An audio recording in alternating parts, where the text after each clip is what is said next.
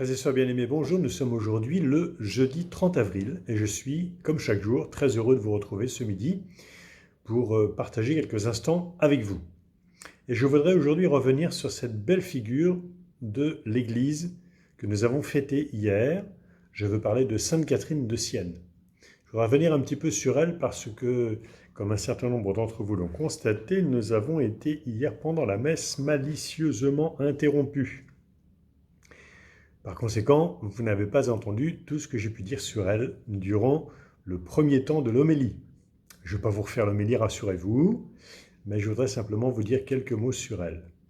Sainte Catherine de Sienne donc a été déclarée copatronne de l'Europe par le pape Jean-Paul II en 1999. Elle était déjà docteur de l'Église, comme plusieurs grandes saintes, comme Sainte Thérèse d'Avila, Sainte Thérèse de l'Enfant Jésus. Elle est docteur de l'Église. Elle n'a jamais été docteur en théologie. Elle n'a jamais passé de doctorat en théologie, mais elle est docteur de l'Église parce qu'elle était profondément théologienne. Et elle était théologienne parce qu'avec saint Thomas d'Aquin, elle était intimement convaincue, elle ne l'a pas proclamé, mais elle était intimement convaincue que l'on ne peut bien parler de Jésus que dans la mesure où on l'a contemplé. Le théologien, c'est celui qui nous dit ce qu'il a contemplé, nous partage avec son intelligence ce qu'il a contemplé avec le cœur. Et Sainte Catherine de Sienne, comme Sainte Thérèse de l'Enfant Jésus, comme Sainte Thérèse d'Avila, sont ces femmes qui, sans avoir fait d'études universitaires, ont été de grandes contemplatives. Et Sainte Catherine de Sienne l'a été durant une vie très courte, puisqu'elle est morte à 33 ans,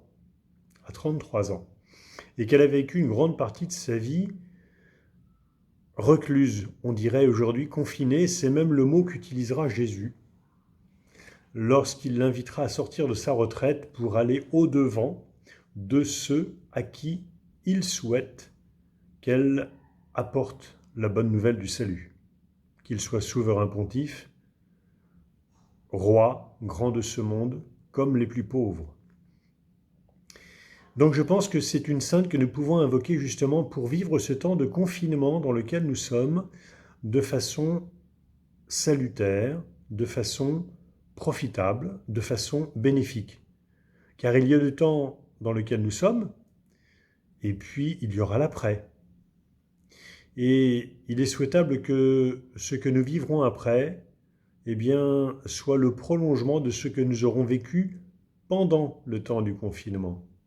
Pour cela, il ne faut évidemment pas subir ce temps, mais il faut en tirer profit en recevant les grâces que le Seigneur nous fait durant ce temps, de multiples manières, chez nous, que nous soyons seuls ou en famille. Alors je voudrais tout simplement laisser, la parole au Seigneur Jésus, dans une très belle réflexion qui nous est partagée par celui qui fut son père spirituel, Raymond de Capoue, et qui nous a raconté la vie de Sainte Catherine de Sienne. Et voilà ce que Jésus disait à Sainte Catherine alors qu'elle venait de vivre plusieurs années de confinement dans une cellule. « Le salut de beaucoup demande ton retour, dit Jésus à Sainte Catherine. Tu n'auras plus le genre de vie que tu as gardé jusqu'ici. Tu ne te confineras plus dans une cellule. Il te faudra même quitter ta ville natale, mais je serai toujours avec toi, je te conduirai et te ramènerai. Tu porteras l'honneur de mon nom devant les petits et les grands, devant les laïcs comme devant les clercs et les religieux. Car je te donnerai une parole et une sagesse auxquelles personne ne pourra résister. Je te présenterai aux pontifes, à ceux qui gouvernent l'Église et le peuple chrétien, car je veux, selon mon habitude, avec ce qui est faible, confondre l'orgueil des forts. » Eh bien, nous allons invoquer Sainte Catherine de Sienne, durant ce temps de confinement où nous sommes.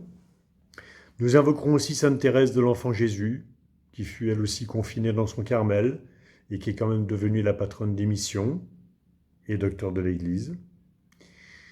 Et puis nous allons continuer à invoquer Sainte Geneviève, comme nous le faisons chaque soir.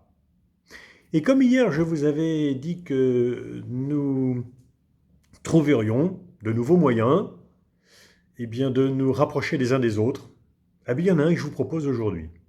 Ou plutôt non, ce n'est pas moi qui vous le propose, ce sont les enfants de cœur en joie qui vont vous aider à redécouvrir, à découvrir ou à redécouvrir cette belle figure de Sainte Geneviève. Grâce à l'initiative de notre chef de chœur bien-aimée Mathilde, les enfants de cœur en joie nous racontent l'histoire de Sainte Geneviève. Eh bien cela est visible et audible sur notre chaîne YouTube, dans la playlist où vous avez déjà le mot du curé, le caté du dimanche, le mot du Père, et puis ce que le cœur de la Salette aussi produit. Eh bien maintenant, il y a une nouvelle rubrique dans cette playlist. Je vous laisse la découvrir, puisqu'il s'agit de cœur en joie et des enfants. C'est la petite découverte du jour, le petit moyen nouveau, pour être davantage unis les uns aux autres. Enfin, comme je dirais qu'aujourd'hui c'est un peu la journée des femmes, après Sainte Catherine de Sienne, Sainte Thérèse de l'Enfant Jésus, Sainte Geneviève, je vais laisser la parole à deux de nos fidèles qui sont très actives en ce temps où nous sommes auprès des plus pauvres. Je vous laisse les découvrir et vous allez voir qu'à travers leur voix discrète et posée, elles ont un très beau message à nous délivrer. Je vous laisse les découvrir l'une et l'autre. En attendant, nous allons nous tourner vers la bénie entre toutes les femmes, Jésus, en chantant le Regina Coeli. Regina Coeli, letare, alleluia, quia quem meruisti portare, alleluia. Resurrexit, sicut dixit, alleluia.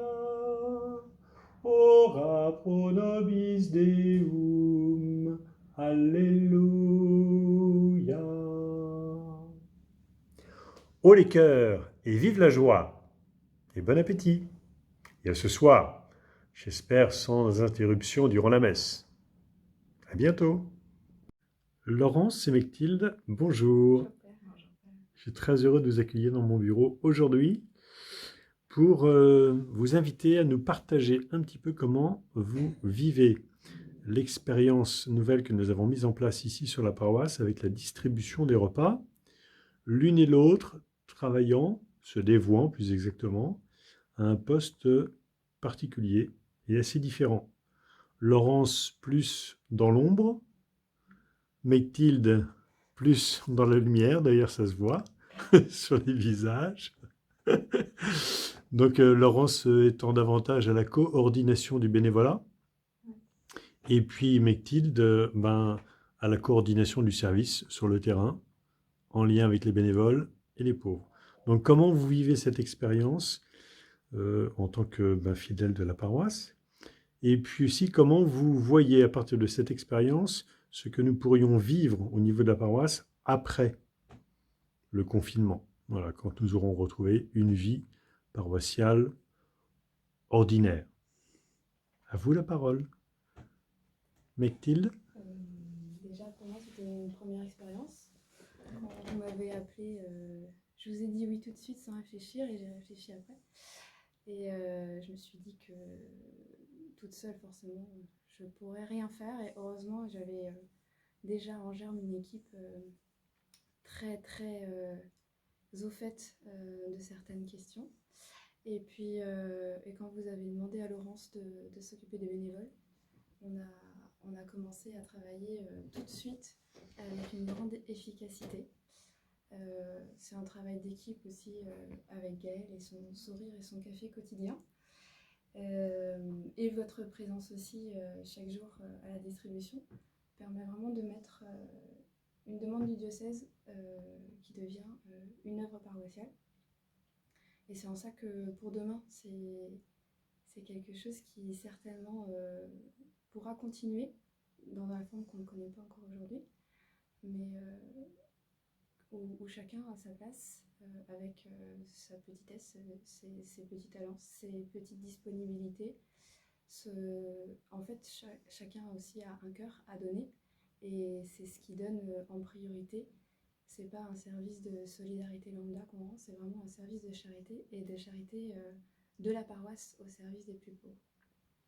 Merci Mathilde. De votre point de vue, Laurence? Moi, Père aussi, j'ai accepté quand vous me l'avez demandé. Et je suis très touchée de voir à quel point le Seigneur règne sur le cœur de beaucoup de personnes. Parce que finalement, oui, je m'occupe de l'organisation des équipes bénévoles. Et c'est pas très compliqué parce qu'on a beaucoup de bénévoles. Beaucoup de gens qui sont venus avec leur cœur. De la paroisse, pas de la paroisse, d'autres paroisses, d'autres gens probablement croyants, pas forcément pratiquants. Et tout le monde est là, tout le monde est prêt à donner de son cœur. Vous aviez fait un jour dans une de vos homélies la différence entre la solidarité et la charité. Et là, il s'agit vraiment de charité, ce que nous vivons chaque jour. Et ça, c'est très porteur, et en tout cas, c'est quelque chose qui me touche beaucoup. Et pour l'après, eh bien, je crois qu'il faut continuer l'action, c'est-à-dire que moi, ce que j'ai aimé dans ce confinement, au-delà de la distribution, c'est que c'était aussi tous ces signes où nous mettons notre foi à l'extérieur, c'est-à-dire lorsque vous nous avez demandé de mettre un drap blanc, lorsque vous avez demandé de mettre des lumières à la fenêtre, etc. Ça permet, en tout cas nous, ça nous a permis dans l'immeuble de rendre notre foi visible, de la partager, d'expliquer, de donner du réconfort à des gens. Et du coup, la parole de Dieu devient vivante, elle est incarnée par nous au travers de nos actions. Et ça, c'est quelque chose que j'aimerais bien qu'on garde après le confinement. Merci beaucoup Laurence. Merci beaucoup Mathilde. Merci à toutes les deux. Et puis demain ne sera décidément pas comme avant. Grâce à vous en particulier, grâce surtout au Seigneur, puis à la Vierge Marie, à qui nous vouons une dévotion toute particulière ici à Notre-Dame de la Salette. Merci, à bientôt.